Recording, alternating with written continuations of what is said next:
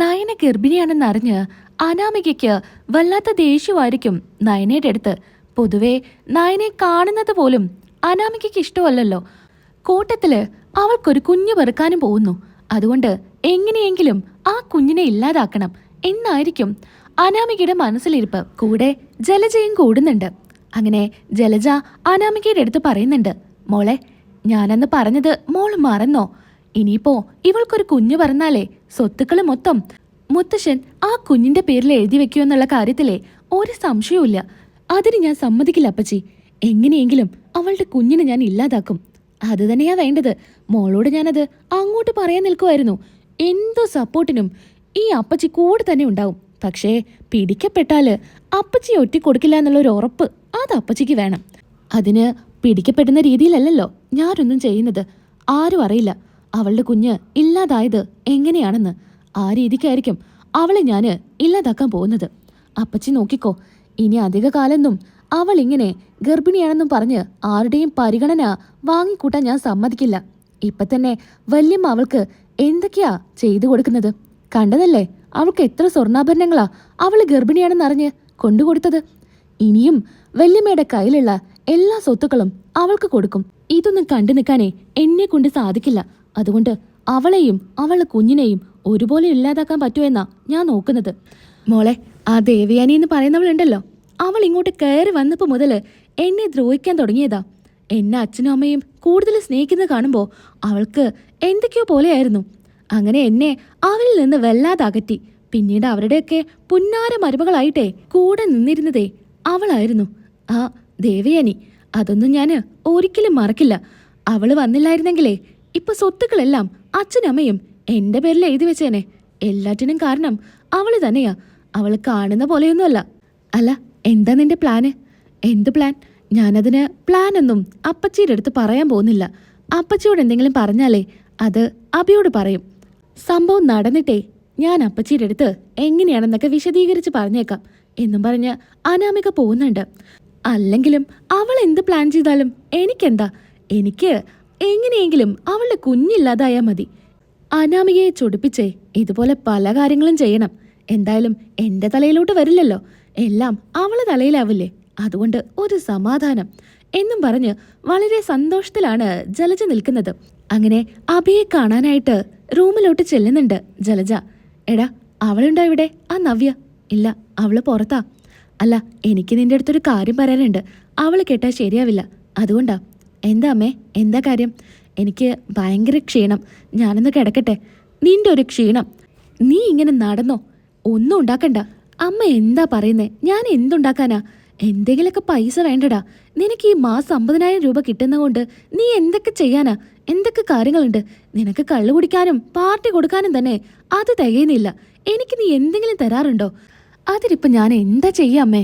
എന്നെ കൊണ്ട് പറ്റാവുന്ന രീതിയിൽ എല്ലാ കള്ളത്തരങ്ങളും ചെയ്തിട്ട് എങ്ങനെയെങ്കിലും പൈസ ഉണ്ടാക്കാൻ നോക്കുന്നുണ്ട്. അതൊക്കെ പിടിക്കപ്പെടുവല്ലേ? അമ്മായിയുടെ കയ്യിൽ നിന്ന് 50 ലക്ഷം രൂപ തട്ടിയെടുക്കാന്ന് കരുതിയിട്ട് അതും നടന്നില്ല. പിന്നെ എന്റെ കയ്യിൽ നിന്ന് നഷ്ടപ്പെട്ടതേ 1 ലക്ഷം രൂപയാ.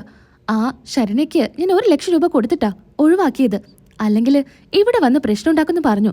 അവൾക്ക് നീ 1 ലക്ഷം കൊടുത്തോ? നിന്റെ ഒരു കാര്യം, നീ ഇങ്ങനെ ഒരു കിഴങ്ങനായല്ലോടാ. അമ്മേ, അമ്മ എന്താ പറയാ വന്നുവെച്ചാ പറഞ്ഞിട്ട് പോ. എനിക്ക് വല്ലാത്ത ക്ഷീണം, എനിക്കൊന്ന് ഉറങ്ങണം. എടാ, ഇവിടെ ഒരു സംഭവം നടക്കാൻ പോവാ. എന്ത് സംഭവം? നയന ഗർഭിണിയാണല്ലോ. ആ കുഞ്ഞിനെ കൊല്ലാനായിട്ടേ അനാമിക പ്ലാൻ ചെയ്യുന്നുണ്ട്. ഇത് നമ്മുടെ നവ്യ കേൾക്കുന്നുണ്ട്. നവ്യാണെങ്കിൽ ഇത് കേട്ട് വല്ലാത്തൊരു ഷോക്കിലായിരിക്കും. അല്ല, അമ്മ എന്താ പറയുന്നേ? അമ്മേ, അവൾക്കെന്തെങ്കിലും സംഭവിച്ചാലേ ഇത് വല്ലാത്ത പ്രശ്നാവേ. അമ്മ അതിലൊന്നും ഇടപെടാതിരിക്കുന്നതാ നല്ലത്. ഇടപെട്ടാല് നമ്മൾ രണ്ടുപേരും ഇവിടുന്ന് പുറത്തായിരിക്കും. എടാ, ഞാനതിന് ഒന്നും ഇടപെടുന്നില്ല. എല്ലാം ചെയ്യുന്നത് അവളാ. എങ്ങനെയാ ചെയ്യുന്നതെന്നോ ഒന്നും അവൾ എൻ്റെ അടുത്ത് പറഞ്ഞിട്ടില്ല. എന്തായാലും നയനയുടെ കുഞ്ഞിനെ കൊല്ലുമെന്നുള്ള കാര്യത്തില് ഉറപ്പാ. വേണമെങ്കില് അവളെ കൊല്ലാനും ആ പെണ്ണ് മടിക്കില്ല. അവളൊരു സൈക്കോയാടാ. എന്തായാലും നമുക്ക് പണിയില്ല. എന്തായാലും ആദർശിനൊരു കുഞ്ഞുണ്ടായാല് സ്വത്തുക്കളെല്ലാം ആദർശിന്റെ കുഞ്ഞിനുള്ളതാവുമെന്ന് ഉറപ്പായുള്ള കാര്യ. അതുകൊണ്ട് ആ കുഞ്ഞില്ലാതാവുന്നത് തന്നെയാ നല്ലത്. ഏതായാലും നിന്റെ ഭാര്യ ഗർഭിണിയാ. അവളിപ്പോ 2-3 ആഴ്ച കഴിഞ്ഞാല് പ്രസവിക്കും ചെയ്യും. അപ്പൊ പിന്നെ ആ കുഞ്ഞു മതി ഇവിടെ പേരക്കുട്ടിയായിട്ട്. അവളെ കൊണ്ട് 10 പൈസയ്ക്ക് ഉപകാരം ഇല്ലെങ്കിലും ഇനിയിപ്പോ പേരക്കുട്ടിയൊക്കെ കണ്ട് കളിച്ചിരിയൊക്കെ ആവുമ്പോ മുത്തശ്ശന്റെയും മുത്തശ്ശിയുടെയും സ്വഭാവം മാറി സ്വത്തുക്കളെല്ലാം എഴുതി വെച്ചാലോ? എന്തായാലും ചിലപ്പോ ഇന്ന് തന്നെ ഒരു സന്തോഷ വാർത്ത കേൾക്കാനുള്ള എല്ലാ ചാൻസും ഉണ്ട്. ഇന്നല്ലെങ്കിൽ നാളെ ആ കുഞ്ഞ് പരലോകത്തേക്ക് എത്തും എന്നൊക്കെ ജലജ അഭിയോട് പറയുന്നുണ്ട്. ഇത് കേട്ട് ആകെ കൂടെ ദേഷ്യത്തിലാണ് നവ്യ നിൽക്കുന്നത്. എന്നാ ഇങ്ങനൊരു കാര്യം ഒരിക്കലും നടക്കാൻ പോകുന്നില്ല എന്നൊക്കെ നവ്യ മനസ്സ് ചിന്തിക്കുന്നുണ്ട്. പിന്നീടായിട്ട് ഭക്ഷണകാര്യങ്ങളെല്ലാം നോക്കുന്നത് ദേവയാനി ആയിരിക്കുമല്ലോ.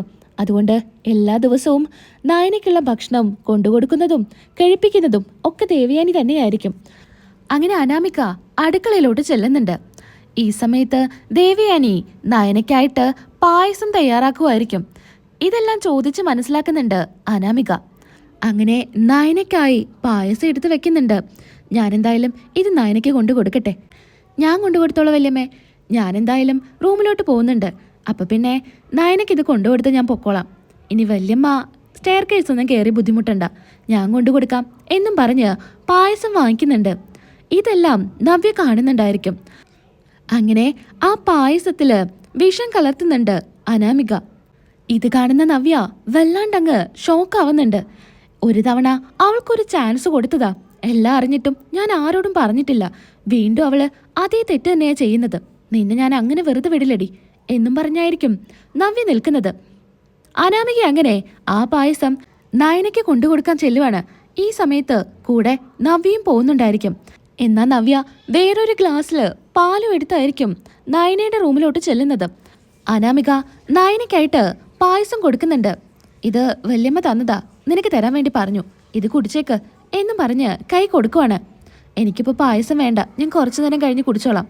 അതെന്താ, ഞാൻ കൊണ്ട് തന്ന കാരണാണോ നീ കുടിക്കാത്തെ? അതൊന്നുമല്ല, എനിക്കിപ്പോൾ വേണ്ട, അതുകൊണ്ടാ.